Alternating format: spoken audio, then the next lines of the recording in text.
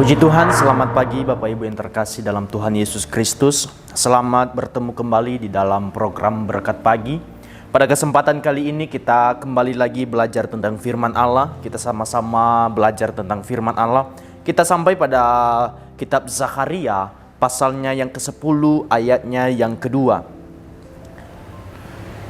Ayat perikop kita saat ini, Zakharia pasalnya yang ke-10, ayatnya yang kedua, begini bunyi firman Tuhan. Sebab apa yang dikatakan oleh terafim adalah jahat, dan yang dilihat oleh juru-juru tenung adalah dusta, dan mimpi-mimpi yang disebutkan mereka adalah hampa, serta hiburan yang diberikan mereka adalah kesia-siaan. Oleh sebab itu bangsa itu berkeliaran seperti kawanan domba dan menderita sengsara sebab tidak ada gembalanya. Saudaraku yang terkasih, kita sudah dengar firman Tuhan kemarin, di mana di ayat yang pertama bagaimana firman Tuhan menceritakan di mana ketika kita meminta sesuatu maka Tuhan akan memberikan. Hanya Tuhan yang mampu memberikan apa yang kita minta. Dan saat ini kita akan belajar bagaimana kehidupan kita belajar dalam kehidupan Zakharia sebagai nabi yang dipakai oleh Tuhan. Dia menulis di mana kehidupan kita sebagai orang percaya harus mempercayakan satu Tuhan saja, yaitu Tuhan kita, Yesus Kristus. Kita harus percaya bahwa Dia yang mampu melakukan segala sesuatu dan Dia yang mampu melakukan segala perkara yang kita dapat lakukan setiap harinya. Sehingga karena Dia yang menuliskan ini, Dia sampaikan kepada umat Tuhan, sehingga Tuhan murka ketika Dia sendiri yang tidak percaya saat Dia tidak percaya akan Dia menerima mujizat saat malaikat Gabriel datang kepada Nabi Zakharia mengatakan bahwa dia akan mendapatkan mujizat, yaitu dia akan mendapatkan anak, yaitu yang diberikan nama Yohanes, tetapi dia tidak percaya sampai Tuhan marah, sampai dia bisa bisu. Dia tidak bisa berbicara. Kenapa? Karena Tuhan memakai kehidupannya memberitahukan kepada jemaat, kepada umat-umat Tuhan supaya kita percaya kepada Tuhan, tetapi dia sendiri sampai tidak percaya kepada Tuhan. Dia tidak menyadari bahwa segala sesuatu Tuhan mampu kerjakan. Nah, saudaraku yang terkasih, kita pelajari dalam ayat yang kedua, sebab apa yang dikatakan oleh terafim adalah jahat. Terafim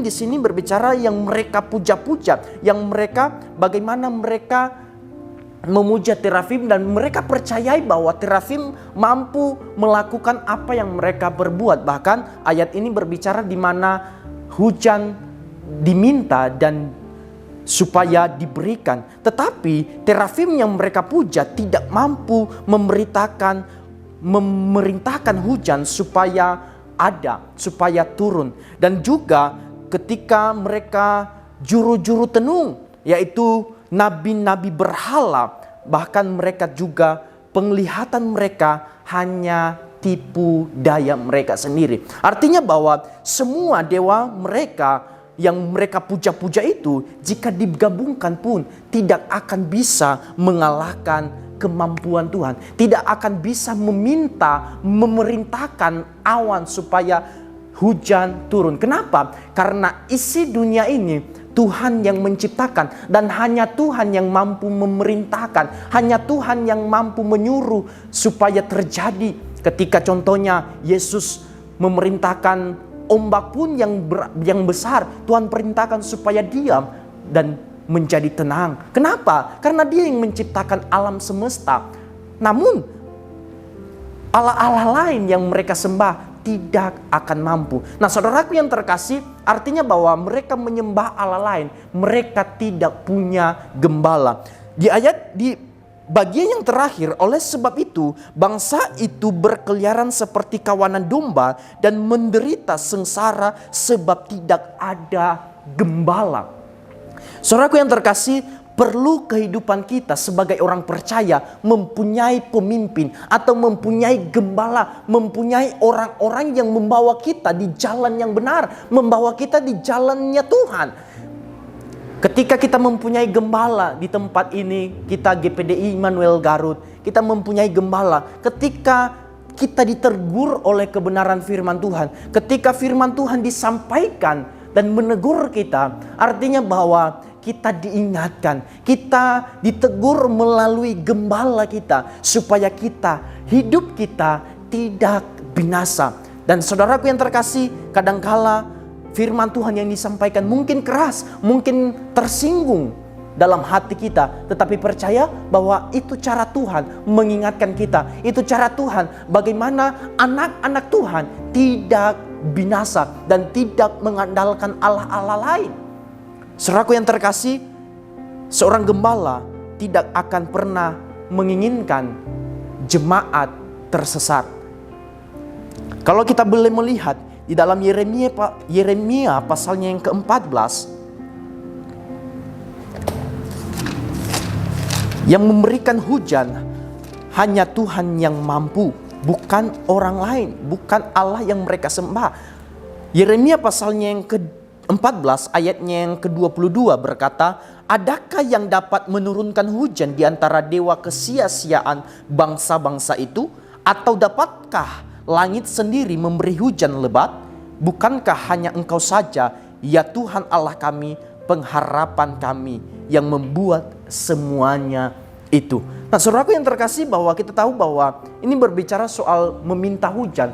Tetapi saya berkata bahwa bukan hanya hujan yang Tuhan mampu perintahkan supaya turun, tetapi segala sesuatu yang kita minta, maka Tuhan akan berikan dalam kehidupan kita. Dan berbicara soal gembala, di dalam Yeremia pasalnya yang ke-23, Yeremia pasal 23 ayat yang pertama berkata, celakalah para gembala yang membiarkan kambing domba gembalaku hilang dan terserak. Demikianlah firman Tuhan. Seperti yang saya katakan tadi, bahwa tidak ada gembala yang menginginkan supaya jemaat, supaya domba-domba Tuhan tersesat begitu saja.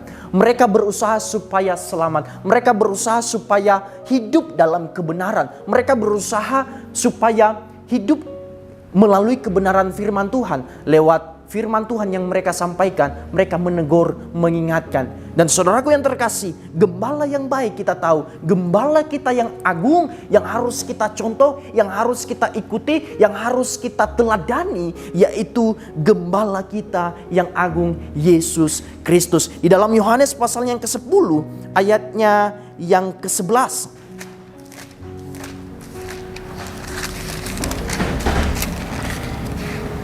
Yohanes pasalnya yang ke-10 ayat yang ke-11, begini bunyi firman Tuhan, akulah gembala yang baik. Ini Yesus sendiri yang mengatakan, akulah gembala yang baik. Gembala yang baik memberikan nyawanya bagi domba-dombanya. Saudaraku yang terkasih, kita tahu gembala kita yang agung, gembala kita yaitu Yesus Kristus yang baik, memberikan nyawanya. Seorang gembala tanggung jawab yang besar terhadap domba-domba.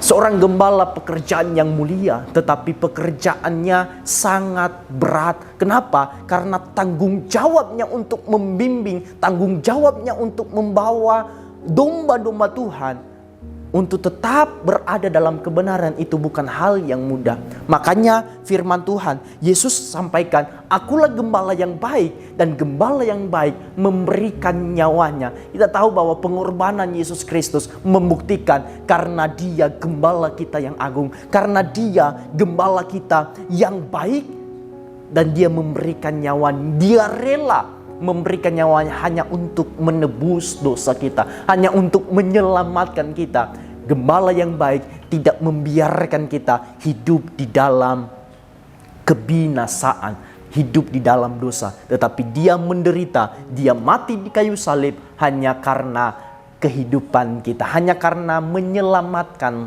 kita sebagai orang-orang percaya. Itu saja saudaraku yang terkasih, mari kehidupan kita, bahwa yang harus kita sembah, yang harus kita ikuti, yaitu gembala kita yang baik, yaitu Yesus Kristus. Puji Tuhan, Tuhan Yesus memberkati. Biarlah firman Tuhan mengingatkan kita bagaimana kita terus hidup di dalam kebenaran. Tuhan Yesus memberkati. Immanuel, Allah beserta kita. Kami